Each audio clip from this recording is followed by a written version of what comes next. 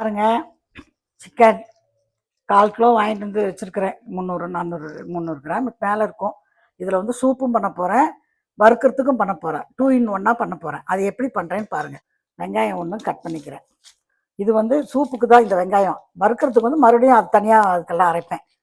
இது வந்து இப்படி கட் பண்ணுறீங்களா, அப்புறமே இங்கே அடியில் ஒரு கட்டு, இங்கே ஒரு கட்டு, இங்கே ஒரு கட்டு கொடுத்துட்டு அப்படியே எவ்வளோ ஈஸியாக பொடியாக வருது பாருங்கள். கழியாச்சு. இது ஆச்சுங்களா? வெங்காயம் போட்டோன்னா இப்போ வந்து கொஞ்சம் இஞ்சியும் பூண்டையும் தட்டிக்கிறேன். அப்படியே தோலோடையே தட்டிக்கலாம், ஒன்றும் பிரச்சனை இல்லை. அதை இது வெங்காயத்தோடு வச்சுக்கிறேன். இஞ்சி வந்து தோல் எடுத்துட்டேன். அப்புறமா இஞ்சி தோலோடையே போட்டு அதை கூட பண்ணுவீங்கன்னு சொல்லாதீங்க. இஞ்சி தோல் எடுத்துட்டேன், அதை தட்டுறேன். தக்காளி வந்து ஒரு 2 தக்காளி.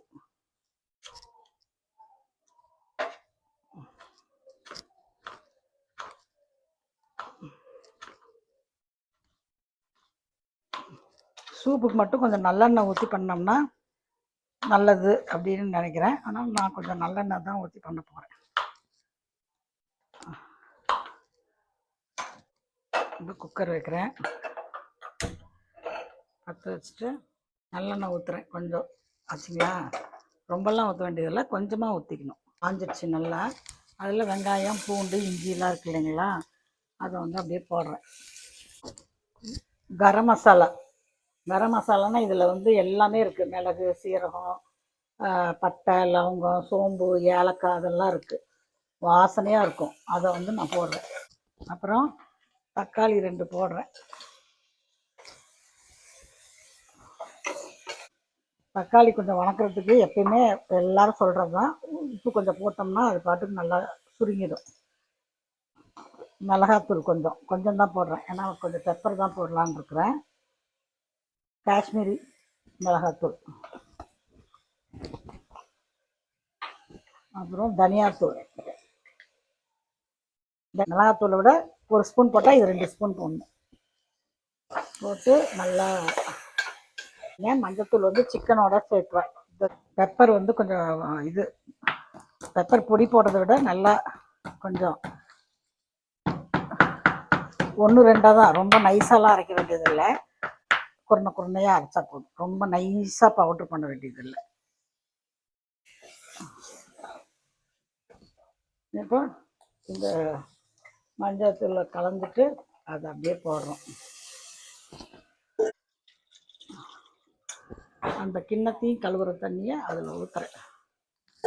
கொஞ்சம் சூப்புக்கு எடுக்க போகிறதுனால கொஞ்சம் தண்ணி நல்லாவே ஊற்றி தாராளமாக ஊற்றிட்டேன். இப்போ இதில் வந்து கொத்தமல்லி தழை கொஞ்சம் தூவி விட்டோம்னா அந்த வாசனை இறங்கும்.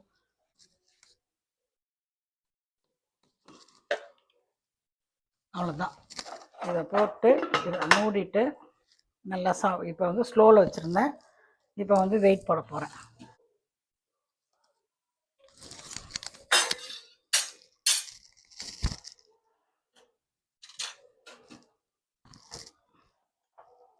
இந்த விசில் வந்தோடனே இதை வந்து 3 விசில் வரணும். வந்தோடனே ஸ்லோ பண்ணிடணும்.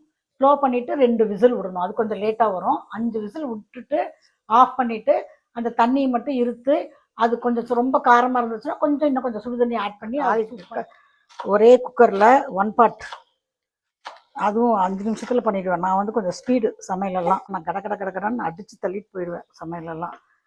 ஏன்னா எங்கள் வீட்டில் முட்டைக்கோசு வந்து கொஞ்சம் பிடிக்காத காய் மாதிரி. அதனால் அதை எப்படி செலவு பண்ணுறதுன்னா, முட்டைக்கோசுனாவே கடலைப்பருப்பு போட்டு கூட்டு தான் செய்யணும். இல்லைன்னா முட்டை உடச்சி ஊற்றி முட்டை பொரியல் பண்ணுறோம் இல்லைங்களா, அந்த மாதிரி பண்ணால் முட்டைக்கோசு சாப்பிடுவாங்க. நான் இவ்வளோ தான் போடுறேன், ஏன்னா எனக்கு நான்வெஜ்ஜாக இருக்கிறதுனால. பாருங்க, விசில் அடிக்குதுங்களா?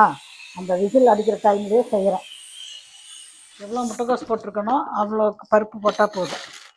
ஏன்னா இன்றைக்கி இந்த இவ்வளோ பருப்பு இந்த கப்பில் இவ்வளோதான் போடுறேன்.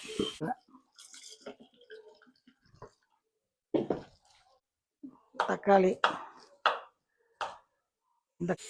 இது 3வது விசில். இப்போ ஸ்லோ பண்ணிட்டேன்.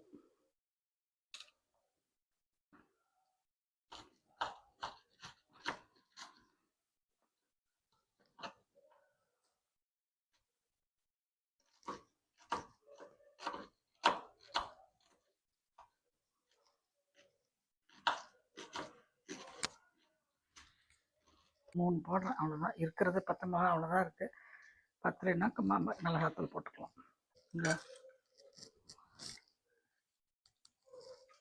வெங்காயம் தக்காளி எல்லாம் கட் பண்ணி வச்சுருந்தேன், அதையும் போட்டேன். 2 தக்காளி போட்டிருக்கேன், ஒரு வெங்காயம் போட்டு கட் பண்ணிவிட்டு பச்சை மிளகா 3 போட்டிருக்கிறேன்.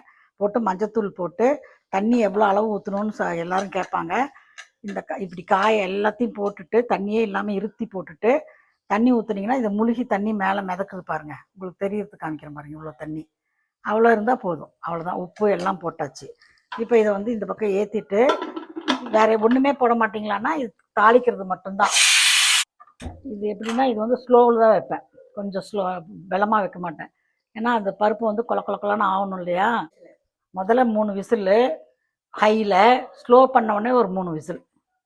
2 விசிலே போதும், நான் ஒரு 3 விசில் வைக்கிறேன். ஏன்னா கொஞ்சம் சூப் எடுக்கிறதுனால நல்லா ஜூஸியாக இருக்கும், சூப் கொஞ்சம் டேஸ்ட்டாக இருக்கட்டும்னு. ஒரே நிமிஷத்தில் 2மே ஆயிடுச்சு. இந்த இது கடலைப்பருப்பு கூட்டு, ரசம், இதில் சிக்கனு, சூப்பு எல்லாம் ஒரே 2 குக்கர் தான். 1/2 மணி நேரத்தில் என் சமையல் முடிஞ்சுடுங்க. நான் ரொம்ப ஸ்பீடாக செய்வேன், ஆரம்பிக்கிறதே நிதானமாக ஆரம்பிப்பேன், சீக்கிரமாக முடிச்சுடுவேங்க. இப்போ 3வது விசில் வந்துருச்சு, இப்போ ஆஃப் பண்ணுறேன். சரிங்க. இது துளசி செடிக்கு விதையெல்லாம் போட்டு இப்போ தான் துளிர் விட்டுட்ருக்குது. இங்கே பாருங்கள், இந்த துளசி செடி இது வந்து வேற ஒரு விதை. இது எங்கள் சம்மந்தி வீட்டிலேருந்து எடுத்துகிட்டு வந்த விதை போட்டு வளர்க்குது. இது என் பொண்ணு எடுத்துகிட்டு வந்தா. 3 விசில் ஹையில் 3 விசில் ஸ்லோவில் வச்சு வெயிட் பாருங்கள் ஆயிடுச்சு. இப்போ திறக்கிறேன், உங்களுக்கு முன்னெல்லாம் திறக்கிறேன், எப்படி இருக்குன்னு பாருங்கள். பாருங்கள், நல்லா எண்ணெய் கொஞ்சம் தான் எண்ணெய் ஊற்றினேன், நல்லெண்ணெய் தான் ஊற்றினேன், நல்லா தேறி இருக்கு பாருங்கள்.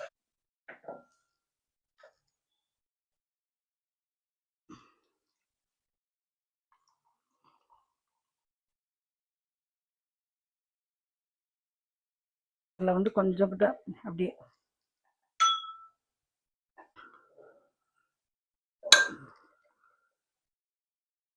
அவ்வளோதான். சூப்பு 2 in 1 சூப்பு ரெடி ஆயிடுச்சு. பாருங்க,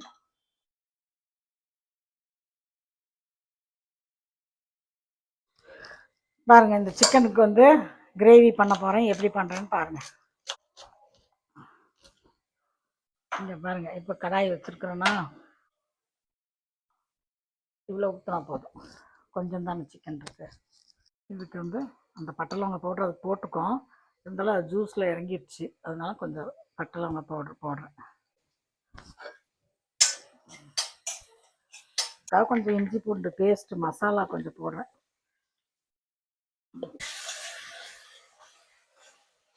சிக்கனை போடுறேன், அவ்வளோதான். சிக்கனவே வெந்துருச்சு, கொஞ்ச நேரம் வந்து ஃப்ரை ஆனால் போதும். கொஞ்சம் வந்து மிளகாத்தூள் கொஞ்சம் போடலான்னு நினைக்கிறேன். உப்பு கரெக்டாக இருக்குது, ஏன்னா உப்பு கொஞ்சம் ஜாஸ்தி தான் போட்டேன். கொஞ்சம்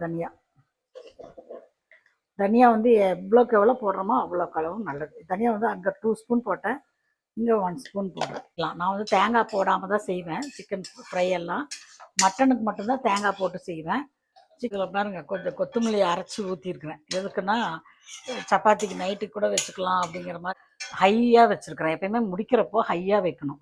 ஹையாக வச்சு நல்லா சூடு ஏறினோன்னே ஆஃப் பண்ணோன்னா அந்த சூட்லேயே கொஞ்சம் நேரத்தில் நல்லா இதாகிடும், ஆஃப் பண்ணிவிடுவேன். அந்த சூட்லேயே ரொம்ப நேரம் வச்சுட்டு இருந்தால் அப்புறம் தான் எடுத்து கிணத்துக்கு மாற்றணும், உடனே மாற்றக்கூடாது.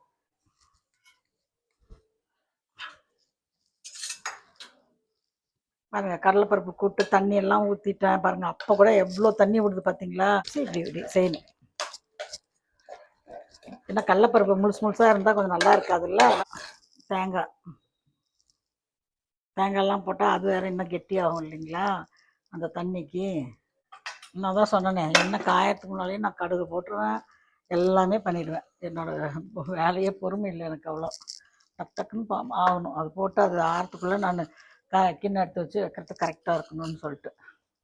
கருவேப்பிலை போய் செடியிலேருந்து கொஞ்சம் பறிச்சிட்டு வரேன், அதுக்குள்ளே அது ஆகிடும். பாருங்கள், கொதிக்குதா, இது பண்ணிட்டுனா இதை இப்போ ஆஃப் பண்ணிவிடுவேன். ஆஃப் பண்ணிவிட்டு தான் போகணும். ரெண்டு எடுத்தாச்சா. எங்கள் செடி கருவேப்பிலை செடி வச்சுருக்கேன்,